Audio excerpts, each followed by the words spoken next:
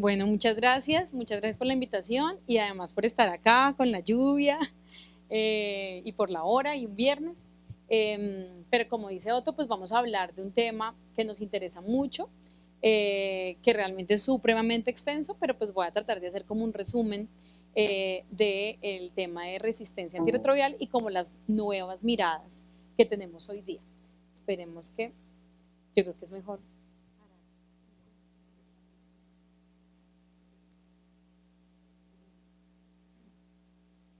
Bueno, para ir empezando y no agotar el tiempo, pues el tema de la resistencia en VIH es un tema multifactorial y entonces cuando vamos a hablar de que un paciente tiene resistencia antirretroviral, pues tenemos que ver tanto factores del huésped como factores asociados con su tratamiento y en el huésped tanto factores sociales de adherencia como factores genéticos y adicionalmente su inmunidad, su CD4, la liberación de citoquinas. Entonces, probablemente de todos esos, todos son muy relevantes, pero el factor del paciente y su adherencia al tratamiento antirretroviral es muy relevante y sabemos que hay unos antirretrovirales con que el paciente necesita tener una adherencia muy alta, mientras que hay otros antirretrovirales que entre comillas sí permiten algunos olvidos por su farmacocinética, pero en términos generales siempre que hablemos con un paciente, pues esta diferencia que conocemos en la teoría es mejor que no se la llevemos a la práctica, en cuanto a que la recomendación siempre debe ser que se tomen todas las dosis antirretrovirales y que no haya olvidos. Entonces, estábamos hablando de este grupo multifactorial. Cuando también miramos la adherencia, es importante siempre que revisemos interacciones, que revisemos la parte de absorción y las comorbilidades que puede tener el paciente. Y también, pues, cada fármaco es diferente y eso pues lo tenemos que tener en consideración cuando elijamos un esquema y también las condiciones del paciente, lo que mejor se adapta a su situación. La siguiente. Bueno, ¿qué recomendaciones nos da la Organización Mundial de la Salud para abordar el tema de resistencia y para conocer un poco la epidemiología? Entonces, primero que hay que llevar unos monitoreos de indicadores de alerta temprana en los pacientes con farmacoresistencia y esto incluye, entonces, primero que deberíamos hacer vigilancia de las mutaciones de resistencia en pacientes adultos con infección reciente,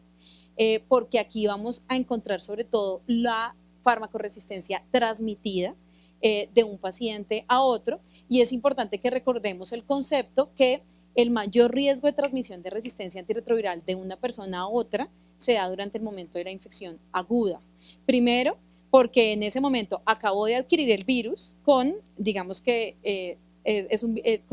con todas sus secuencias y a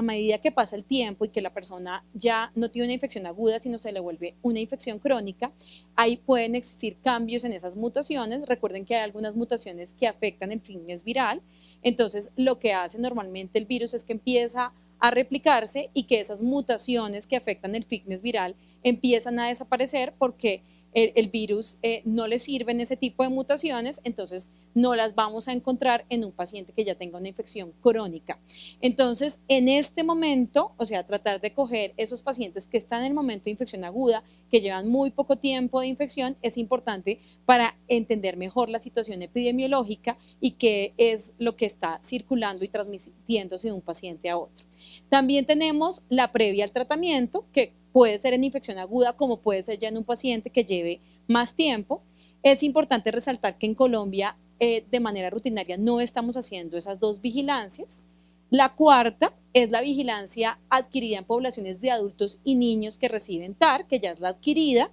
y en esa pues sí que la hacemos y sí que es importante hoy insistir que siempre que tengamos un fracaso virológico, pues tenemos que hacer las pruebas de genotipificación, pues teniendo en cuenta las consideraciones que ya vamos a revisar. Y otra que me parece muy relevante y que la Organización Mundial de la Salud le da una importancia es en los niños menores de 18 meses que no han recibido anteriormente tratamiento. Hay una revisión sistemática que muestra primero la alta frecuencia de resistencia en este grupo, tanto en niños en que sus mamás han recibido terapia antirretroviral e incluso en niños en que sus madres no han recibido la terapia antirretroviral. Hay diferencia estadísticamente significativa en que es mucho más frecuente en los niños en que sus madres han recibido terapia, sobre todo terapia basada en no nucleócidos, pero para cualquiera de las poblaciones es importante este llamado de atención porque es una población muy susceptible a riesgo y que requiere un buen tratamiento antirretroviral para lograr buenos resultados. También la Organización Mundial de la Salud da entonces unas recomendaciones tanto en países de altos recursos o recursos limitados como el nuestro, y pues lo primero que dicen es que pues según se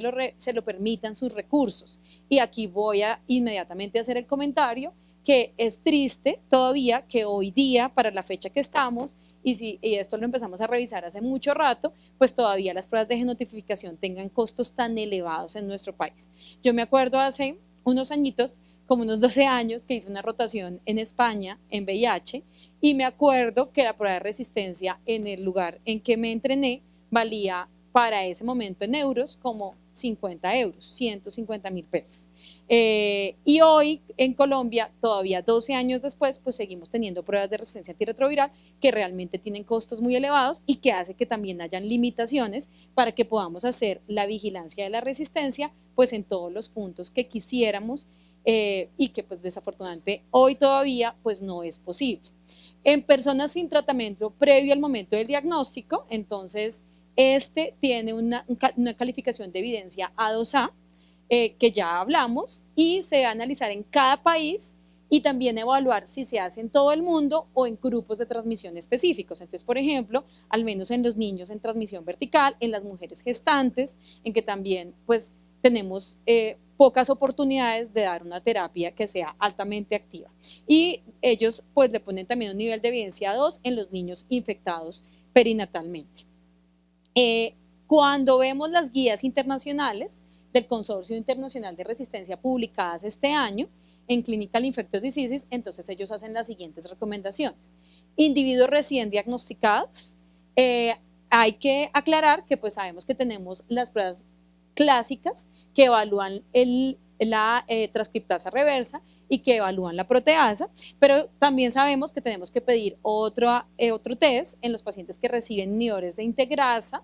cuando hacen fracaso virológico, pero en los pacientes recién diagnosticados ni en Colombia, pero tampoco en ningún lugar del mundo hasta el momento se está pidiendo test de resistencia en los pacientes nuevos para integrasa. ¿Por qué? Porque todavía la vigilancia no muestra que sea un problema importante de salud pública. Lógicamente todas las publicaciones lo que dicen es tenemos que estar atentos porque sabemos hoy día que los inhibidores de integrasa pues son la primera elección en la mayoría de guías internacionales. Eso va a hacer que los usemos más y seguramente van a aparecer más mutaciones de resistencia, pero por el momento no se recomiendan en pacientes nuevos. Definitivamente en los pacientes que la TAR ha fallado y ahí pues no hay ninguna duda. Pero entonces aquí también ya vienen temas acerca de la tecnología en cómo hacemos las pruebas de genotipificación. Clásicamente lo que más hemos usado son los enfoques de secuenciación en genotipificación basados en Sanger, pero ya tenemos los Next Generation Sequencing, los test de nueva y de nueva generación, de la siguiente generación, en que son test mucho más sensibles y que tienen mayor capacidad de detección de resistencia y son más versátiles. Sin embargo, todavía no están ampliamente difundidos, pero seguramente van a llegar a reemplazar los métodos tradicionales que utilizamos en genotipificación. Más adelante vamos a ver algo de esto. El otro punto es buscar variantes minoritarias, ¿sí? Que es como una diferencia que voy a tener en los test basados en Sanger con los de Next Generation. Y aquí, pues en general, el test de expertos dice, todavía no hacemos una recomendación que utilicemos de manera global solamente los test de nueva tecnología, sino que podemos seguir utilizando los test de Sanger, pero en la resistencia a no nucleócidos podría haber ahí alguna diferencia que podría ser relevante clínicamente y ya se las voy a mostrar. Por otro lado, hay otra pregunta que uno se hace y es que usualmente los test de genotipificación se han hecho para el grupo M subtipo B, que a pesar de que no es el más frecuente en el mundo, el más frecuente es el subtipo C, pues es el que está más expandido en Europa, en Norteamérica, en Latinoamérica. Entonces, la mayoría de estudios se han hecho en ese subtipo, pero los otros subtipos no están tan bien representados en los estudios clínicos, y qué decir pues del VIH-2. Entonces, la pregunta que responden los expertos es que a pesar de esto, se sigue recomendando este mismo para todos los subtipos de VIH-1, que no, en general, todavía no se dan consideraciones especiales para otro tipo. Sí es importante saber que, por ejemplo, en el subtipo C, que es frecuente, hay un cambio entre el codón 63 y 65 que hace que los pacientes que tienen este subtipo, cuando están expuestos a tenofovir, tienen mayor posibilidad, sobre todo pues si tienen problemas de adherencia, de rápidamente desarrollar la K65R. Entonces pues es importante conocerlo, sin embargo, para la globalidad pues no se recomienda que uno utilice un test de resistencia diferente o que busque el subtipo del paciente para tomar esa decisión. Si es VIH-2, pues sí, digamos que no son los test ideales. Cuando miramos cómo es el estado de la prevalencia de la resistencia transmitida a medicamentos, que es donde en Colombia pues no tenemos tantos datos, pues si vemos en países con altos recursos, tenemos varios estudios, los más recientes muestran, por ejemplo, en Europa, una prevalencia a cualquiera del 8.3%, en Alemania 10.8%, en Inglaterra 6.6%. Hay algo muy interesante, y es que Inglaterra es el único país que ha demostrado de manera estadísticamente significativa la disminución en décadas de la resistencia primaria o la resistencia transmitida a medicamentos en los pacientes que están recientemente diagnosticados. Lo que sí ha mostrado también el mundo es que a medida que se han introducido nuevos medicamentos con mayores barreras, como los inhibidores de integrasa, los inhibidores de proteasa, pues sí se ha visto una tendencia en Inglaterra y pues en el Reino Unido es muy clara, y pues digamos que es estadísticamente significativa, pero en los otros también ya empezamos a ver una tendencia a que se disminuye resistencia primaria a no nucleócidos, a transcriptasa reversa, por esa introducción de medicamentos que tienen mejor impacto. Lo que es importante también resaltar, bueno, por ejemplo, en Francia es mucho más alto, 11.7%, 11%, pero quiero llamarles la atención acerca de que cuando uno mira esa resistencia transmitida y compara no nucleócidos con mutaciones a no nucleócidos con mutaciones a inhibidores de transcriptasa reversa nucleócido o nucleótidos, vemos que en general en estos países el mayor porcentaje lo representan las mutaciones primarias a inhibidores de transcriptasa reversa nucleócidos o nucleótidos, muy pegaditos a no nucleócidos, pero el que predomina es este tipo de mutaciones. Mientras que cuando vamos a los estudios en países en vía de desarrollo, tanto en África occidental como ahí, por ejemplo, está Colombia, Brasil, Argentina, pues vemos que definitivamente las mutaciones de resistencia transmitida a medicamentos son sobre todo a los inhibidores de transcriptasa reversa no nucleócidos, nucleótidos, que seguramente tiene mucho que ver en que ese cambio de los esquemas de tratamiento antirretroviral, pues nosotros los viramos mucho más lentos por nuestros recursos y por la razón en que, por ejemplo, en el país, pues seguimos usando de primera línea los esquemas basados en no nucleócidos. Sin embargo, pues definitivamente es una cosa que tenemos que tener en mente. Y digamos que, repito, que sí creo que es muy importante que en el país se mantengan los estudios de resistencia primaria, porque es que son fundamentales para luego tomar las decisiones de los esquemas de primera línea que debemos utilizar. Cuando vemos esa probabilidad de resistencia transmitida, pues vemos valores que van de 8.3, pero valores muy altos, por ejemplo, como 17.4% en Uganda, 23% en Nicaragua, que me pareció supremamente elevado, y el dato que aparece para nuestro país es del 9.9%, ahorita vemos el estudio, el último estudio nacional. Entonces, digamos que esto va a tener implicaciones y definitivamente pues es en algo en que tenemos que estar atentos. En cuanto a las mutaciones de inhibidores de proteasa, también vemos una diferencia porque aquí se reportan más frecuente, pero igual son las menos frecuentes de todas, pero incluso es más infrecuente en Latinoamérica que en países en vía de desarrollo que en países con más recursos. La otra pregunta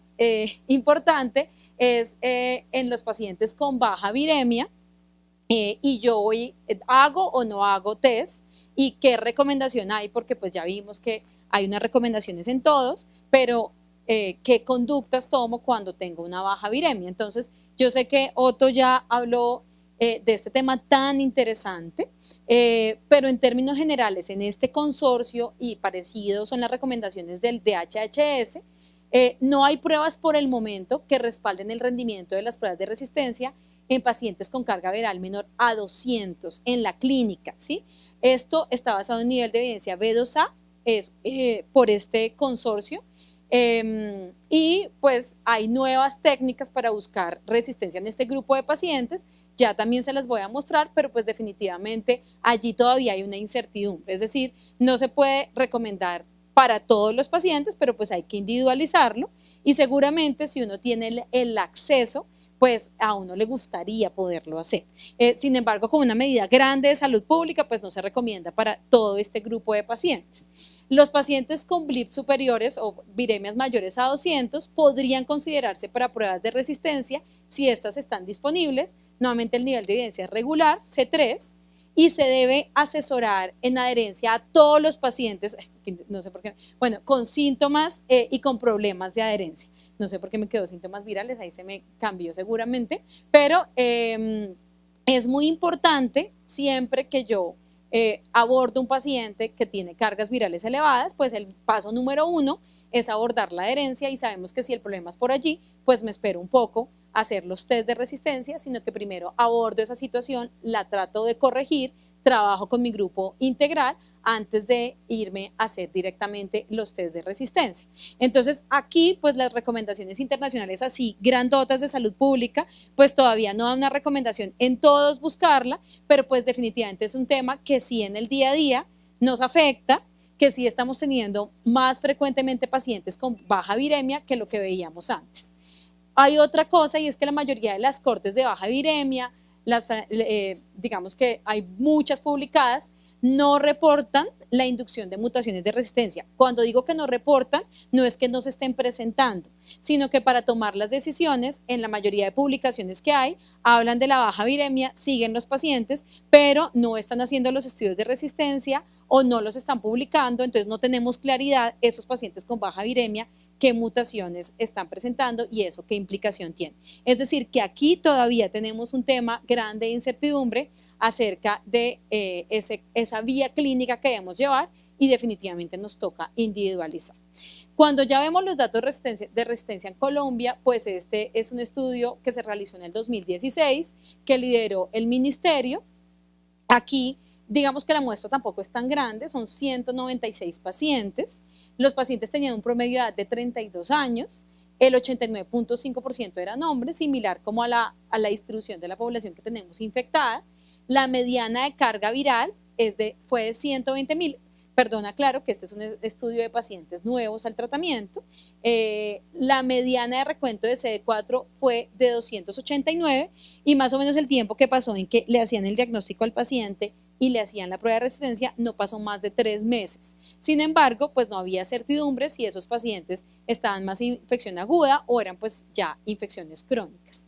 Entonces, dato muy importante, la resistencia encontrada en nuestro país fue 9.7%. Sin embargo, cuando la disgregamos a no nucleócidos fue el 6.1% y cuando vemos esa efectiva, es decir, en mutaciones que realmente se asocian con resistencia clínica y real, pues a los antirretrovirales fue más o menos 3 a 4%, es decir, no fue mayor al 5% la resistencia efectiva a los no nucleócidos. A los nucleócidos fue 3.6% y la mutación que más se encontró de todas fue la K103N, que ustedes saben que pues produce resistencia tanto de favirenz como a nevirapina y pues que además es una mutación, es la mutación más relacionada. El impacto en los esquemas efectivos de primera línea en nuestro país fue 5% y lo que sí es que cuando se miraron las mutaciones, sobre todo se hace alerta acerca de 2 antirretrovirales que pues hoy día no son de primera línea para los pacientes y no para las gestantes, pero ya no deberían ser para las gestantes, que es AZT, es decir, me explico mejor, AZT sabemos que no es primera línea por nuestra guía colombiana, sino segunda, pero desafortunadamente en la guía colombiana todavía aparece como primera línea en las mujeres gestantes. Entonces, pues no lo debemos usar como primera línea porque podría haber mucho más riesgo de resistencia primaria y ya hablamos que una población muy susceptible y en que tenemos que agudizar esa sospecha de resistencia pues es en las gestantes, entonces definitivamente no lo usemos en ese escenario. Y con nevirapina también hay que tener mayor precaución porque cuando se miraron las mutaciones a no nucleócidos, el no nucleótido que se veía más afectado era nevirapina. Aquí vemos entonces los casos fueron pocos, nucleócidos 7 casos, no nucleócidos 12 casos y pues el total fueron 19 mutaciones, no se encontró ninguna inhibidores de proteasa. Y dentro de las mutaciones que afectaban nucleócidos, pues la 215 se encontraron dos, la 215 de otra más, pero miren que fueron muy poquitas, no se encontró M184V, que también pues es llamativo, y dentro de los no nucleócidos, 103N, 7 casos, que fue la más frecuente. También recordar este concepto que nos da la Organización Mundial de la Salud, y es cuando yo tomo decisiones, digamos que en salud pública, para tomar cambios en los esquemas de primera línea, y entonces hablamos de que hay bajo nivel de resistencia cuando es menor al 5%, moderado del 5 al 15% y alto nivel de resistencia más del 15% a un grupo específico. Entonces, si hay menos del 5, no debería hacer cambios en la política de tratamiento. Si hay del 5 al 15, sí pone en riesgo el espectro terapéutico y el beneficio de prevención. Y si hay más de 15, probablemente se deben reemplazar los esquemas basados en no nucleócidos para que yo digamos que esté más tranquilo y que además asegure un buen efecto en el paciente. Entonces realmente estamos como aquí en esta línea y por eso creo que es muy relevante que estos estudios se sigan haciendo y que estemos muy atentos a los resultados para tomar las decisiones. En cuanto al tipo de pruebas de resistencia, pues la genotipificación sigue siendo la prueba recomendada por las guías internacionales como de primera línea, ya estamos hablando de las diferentes técnicas que existen, pero pues siguen siendo disponibles, el tiempo de proceso es corto, menor demanda técnica, tiene un mejor valor predictivo, aunque pues ya dije que las desventajas, aquí hay varias, pero vuelvo a decir que la principal desventaja en nuestro medio es que todavía tengamos pruebas con tan alto costo. Son medidas indirectas, pueden no correlacionarse siempre con el fenotipo y eso está descrito en varios estudios, son de más difícil interpretación, no me va a detectar poblaciones minoritarias del menos del 15%, no detecta mutaciones desconocidas, es decir, yo solamente puedo buscar lo que ya sé que conozco, pero las nuevas mutaciones pues no va a estar, digamos que para eso no sirve la prueba, y tiene menor rendimiento, lo que habíamos dicho, en VIH subtipo no B, en pacientes experimentados y en pacientes con baja carga viral, y pues ahí tenemos las dificultades. Este es el método de Sanger, que es el que normalmente y más frecuentemente se usa, y este usualmente detecta poblaciones que sean mayores del 15 al 20%, pero las nuevas técnicas de secuenciación de DNA sí podrían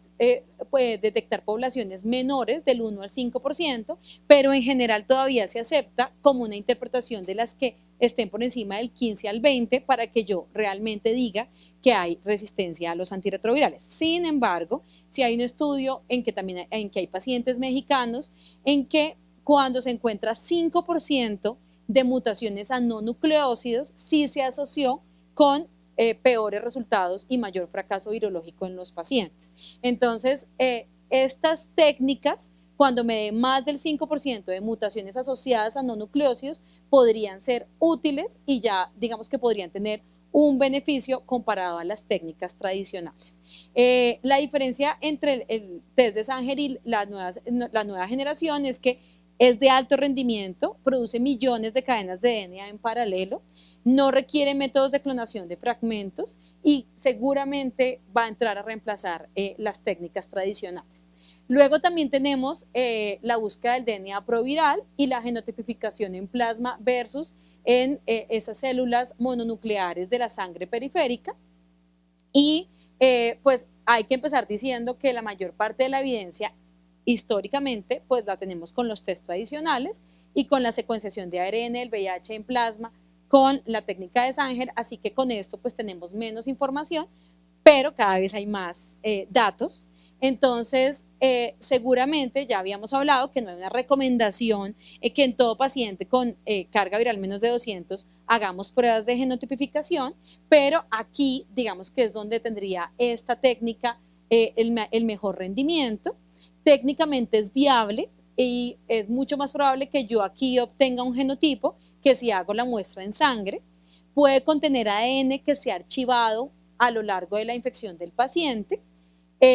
pero ojo, también se han encontrado discordancias con las pruebas en plasma. Entonces, definitivamente lo que dicen pues los autores es que todavía se debe ser precavido en la interpretación de esas pruebas, porque pues nos falta conocerlo más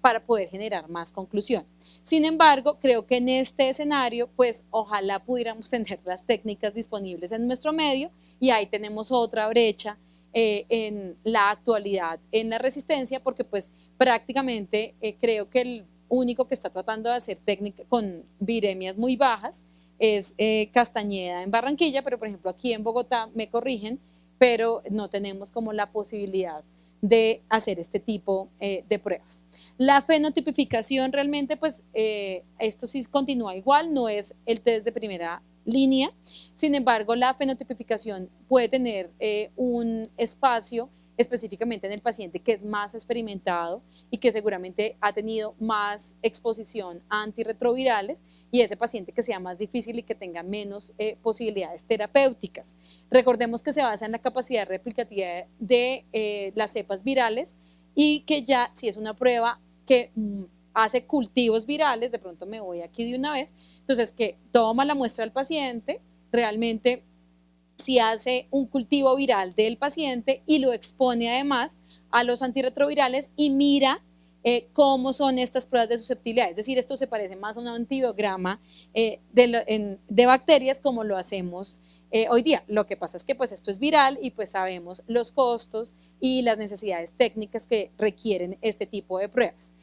Las ventajas es que sí es una medida directa de la resistencia, que son familiares, porque pues se parece a cómo interpretamos un antibiograma en bacterias, puede usarse en forma inmediata para nuevos medicamentos y además pues es lo ideal porque pues ahí sí se conocen las nuevas mutaciones y luego pues así se alimentan los test genotípicos. Las desventajas es que esto es lento, requiere un cultivo viral, entonces pues no vamos a tener los resultados inmediatamente, puede subestimar la resistencia in vivo, los valores de puntos de corte no son estandarizables, tiene sensibilidad para poblaciones más del 30%, tienen un costo muy elevado y tampoco son altamente reproducibles. Por eso solamente, pues nosotros tampoco tenemos disponibilidad y solamente se recomienda como en escenarios muy puntuales. Tenemos los fenotipos virtuales que pues definitivamente los usamos en el día a día y pues hay librerías de muchas cepas, se construyen algoritmos y pues todos estamos familiarizados, por ejemplo, con la base de datos de Stanford, que sí que nos ayuda cuando tenemos un test de genotipificación y queremos pues tomar decisiones con el paciente. No es el único que existe, también hay una base de datos francesa, esta otra base de datos, pueden diferir un poco entre una y otra, pero pues ambas son muy útiles para tomar las decisiones clínicas. Entonces, ¿por qué son útiles los ensayos de resistencia? Pues tienen muchas razones en el paciente que está en terapia, porque nos ayudan a evaluar las opciones de tratamiento disponibles, porque nos ayudan a definir cuándo debemos cambiar la terapia. Todos recordamos ese paciente que fracasa y que creemos que es resistencia, pero le hacemos la prueba y resulta que el paciente no tiene ninguna mutación de resistencia. Entonces, pues ahí entendemos que es que no se está tomando nada. Por ejemplo, aunque nuevamente repito que ojalá no hagamos test de resistencia en pacientes con problemas de adherencia, sino que eso primero lo manejemos, nos ayuda a seleccionar regímenes más activos, mejoran el resultado clínico, aclara la etiología de los aumentos de carga viral, reduce el uso de drogas inactivas, disminuye la posibilidad de toxicidad, pues porque yo tengo mayor posibilidad de seleccionar, evalúan la adherencia al tratamiento y por supuesto los beneficios en salud pública para conocer la epidemiología local y para tomar las decisiones en las guías de tratamiento. Pero ojo, aquí estamos hablando de test de resistencia, pero el test de resistencia no es un antibiograma, ni así sea genotipo o fenotipo. Lo primero que yo tengo que hacer es hacer una buena historia clínica, es evaluar todas las condiciones del paciente. Recordemos que para tomar una decisión no es solamente lo que me diga el genotipo, sino que yo tengo que tener muy clara la historia del uso de antirretrovirales en esos pacientes, porque no voy a encontrar todas las mutaciones en los test de genotipificación y tengo que prever que algunas de esas mutaciones van a desaparecer, y a pesar de que no estén, no quiere decir que el paciente sea susceptible a todos los medicamentos. Entonces, la interpretación bajo la historia clínica pues es el paso número 1. ¿Cuándo entonces no solicitarlos? Esto sigue más o menos igual en pacientes con problemas activos de incumplimiento, intolerancia o inconsistencia en la toma de medicamentos. En pacientes con carga viral menor a 500, pero pues ya dijimos que esto está muy en discusión y que cada vez pues tenemos que tratar de conocer un poquito qué pasa aquí en este grupo. Y lo otro es después de 4 semanas de suspender la terapia antirretroviral, que idealmente debemos hacer el test cuando el paciente esté en la terapia,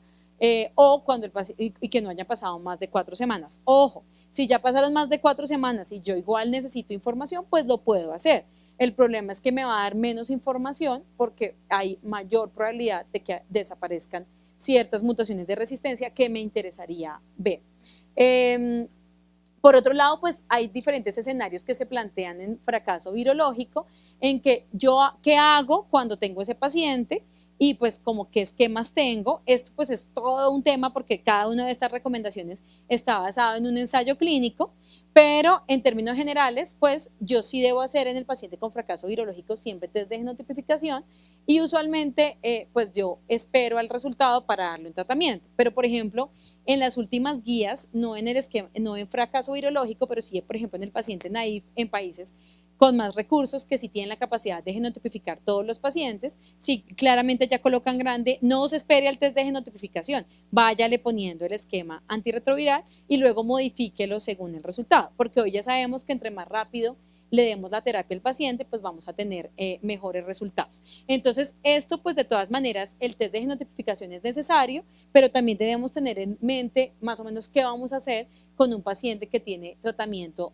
al primer esquema. Entonces, que es muy frecuente en nuestro medio, no nucleósido más nucleótido, entonces este paciente tiene más probabilidad de resistencia a no nucleótidos, más probabilidad de haber desarrollado la M184V, y por esa razón seguramente las opciones, y esto está bien basado y hay estudios que lo soportan, en IP reforzado más 2 nucleósidos o nucleótidos por lo menos un medicamento activo, o dolutegravir más 2 nucleósidos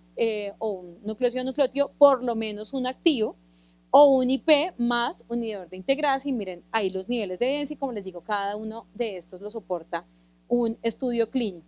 Cuando tengo, entonces esto pues es bien importante tenerlo en mente. Recuerden que de inhibidores de integrasa me aparece dolutegravir, no me aparecen los otros, porque sí podría haber mayor riesgo de fracasos en ese grupo de pacientes. En pacientes con IP reforzado más un esquema con nucleósidos, lo más probable es que no exista resistencia. Eso también nos tenemos que acordar, aunque en la práctica clínica hemos visto resistencia, ¿ven? Pero pues en la mayoría de ensayos clínicos en ese grupo de pacientes no se reportan, o solo resistencia a la lamivudina. Entonces, una cosa que hay que evaluar es continuar el mismo tratamiento. Hay esta revisión sistemática de múltiples estudios aleatorios en que la terapia IP reforzada de primera línea mostró que mantener el mismo régimen, probablemente con esfuerzos para mejorar la adherencia, es tan efectivo como cambiar. Entonces, nuevamente ahí, pues trabajar muy fuerte en la adherencia, unirnos con nuestro grupo multidisciplinario, realmente ellos logran cosas que nosotros no podemos hacer solos, y pues nuevamente creo que todos los que estamos acá tenemos muy claro que tenemos que ser un equipo y que cada uno tiene una labor bien importante en esas decisiones. Las otras posibilidades es IP más 2, cambiar a otro inhibidor de proteasa más ritonavir. Seguramente uno pues ahí prefiere más dar una rito, un inhibidor de integrasa más 2 nucleósidos, por lo menos si uno de estos está activo, pero si no está solamente uno está activo, el inhibidor de integrasa debe ser dolutegravir. Si los dos están activos, se podría otro inhibidor de integrasa. Y la otra posibilidad es otro inhibidor de proteasa más ritonavir más un inhibidor de integrasa ya con un nivel de evidencia menor.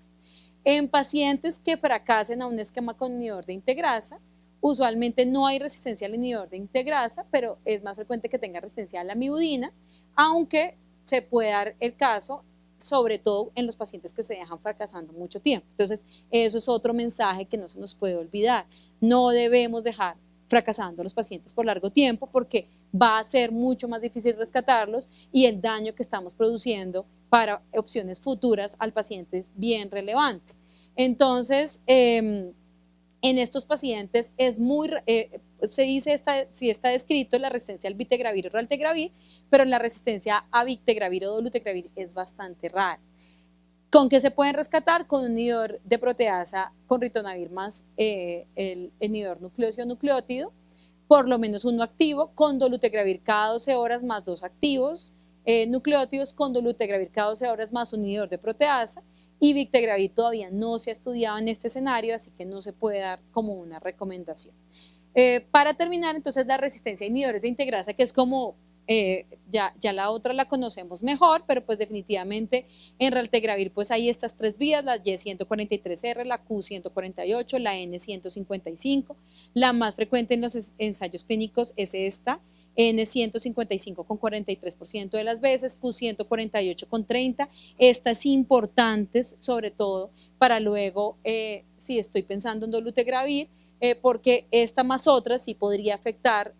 la efectividad del dolutegravir para el siguiente esquema, y la Y143 sí es mucho más propia de esta vía de raltegravir, y cuando se asocia a esta mutación a la T97A, pues produce aún un mayor nivel de resistencia al raltegravir. El vitegravir usualmente produce la G92 o la T66 o la S147, y puede existir el riesgo de resistencia cruzada. La 148 o la 155, que son las dos más frecuentes que produce raltegravir, afectan el vitegravir. La 143, que es más propia de, no afecta ni el vitegravir ni el dolutegravir, pero pues desafortunadamente es la que menos, es el camino más infrecuente. El vitegravir, la T66 es muy propia de él, pero la E92Q puede llegar a producir resistencia cruzada, y dolutegravir pues sabemos que tiene una alta barrera genética. En resistencia primaria pues ahí no se ha demostrado, digamos que todavía claramente in vivo, pero in vitro esta combinación de la R263K con E157Q podría llegar a tener un efecto. Sin embargo, esto solamente se ha visto como in vitro, y algo también interesante de esta combinación que también protege el dolutegravir es que cuando se da, y que se podría bajar un poquito su actividad, si se aumenta, digamos que la protección a resistencia a inhibidores de transcriptasa reversa nucleósidos o nucleótidos, es decir, protege otro grupo de esquemas de tratamiento. En cuanto allá al paciente con resistencias adquiridas y en tratamiento con inhibidores de integrasa, pues 148 más mutaciones secundarias sí podría llegar a relacionarse con resistencia, sobre todo pues asociada a este otro grupo, a la 121, la 153, la 118, entonces allí pues hay que también, es baja la probabilidad, pero nuevamente no hay que dejar fracasar los esquemas de inhibidores de integrasa, hay que usarlos bien, y si veo que no hay respuesta hay que cambiarlos rápido para evitar comprometer, por ejemplo, dolutegravir, que me puede servir en un paciente experimental. Resistencia a integrasa en Colombia, les de una vez hago aquí propaganda del suplemento de Infectio, que ya lo consiguen electrónico, en el que hay está este artículo publicado, y también hay una publicación de revisión de inhibidores de integrasa, el consenso de riesgo cardiovascular, un estudio de comorbilidades en Colombia, está bien interesante y es específico en VIH, y este se hizo en la ciudad de Medellín. 96 pacientes se incluyeron, pero realmente solamente pudieron hacer genotipificación a integrasa en 50, lo hicieron en pacientes nuevos al tratamiento, eran sobre todo pacientes hombres, eran pacientes de alto riesgo, muchos eran hombres que tenían sexo con hombre, más o menos el 28% reportaban que han tenido relaciones con extranjeros, también solamente como el 20% reportaba, o la mayoría reportaban que no usaban el condón de manera constante, sino que era a veces sí, a veces no, y pues eso, bueno, es otra preocupación real. Entonces aquí pues hicieron el método tradicional con 2-dideoxinucleótido, que es el del que ya hemos hablado, y lo leyeron con este sistema informativo y analizaron la base de datos con el fenotipo virtual de la Universidad de Stanford. Encontraron una mutación mayor la E138K. Esta mutación, digamos que está descrito que podría llegar, sobre todo asociada a otras, a afectar a raltegravir, no solita. Entonces, fue la única mutación mayor que encontraron, no encontraron ninguna otra, encontraron 3 mutaciones accesorias. Algunas de estas también combinadas con otras podrían tener implicación, una mutación no polimórfica y 2 mutaciones potencialmente asociadas. O sea, en términos generales, solo una mutación mayor, lo que habla pues que sigue siendo, es infrecuente ese riesgo en esta población, sin embargo, pues es una población pequeña, en una ciudad específica, pero pues tendremos que seguir conociendo esto en la medida que utilicemos más este tratamiento. Muchísimas gracias por su atención.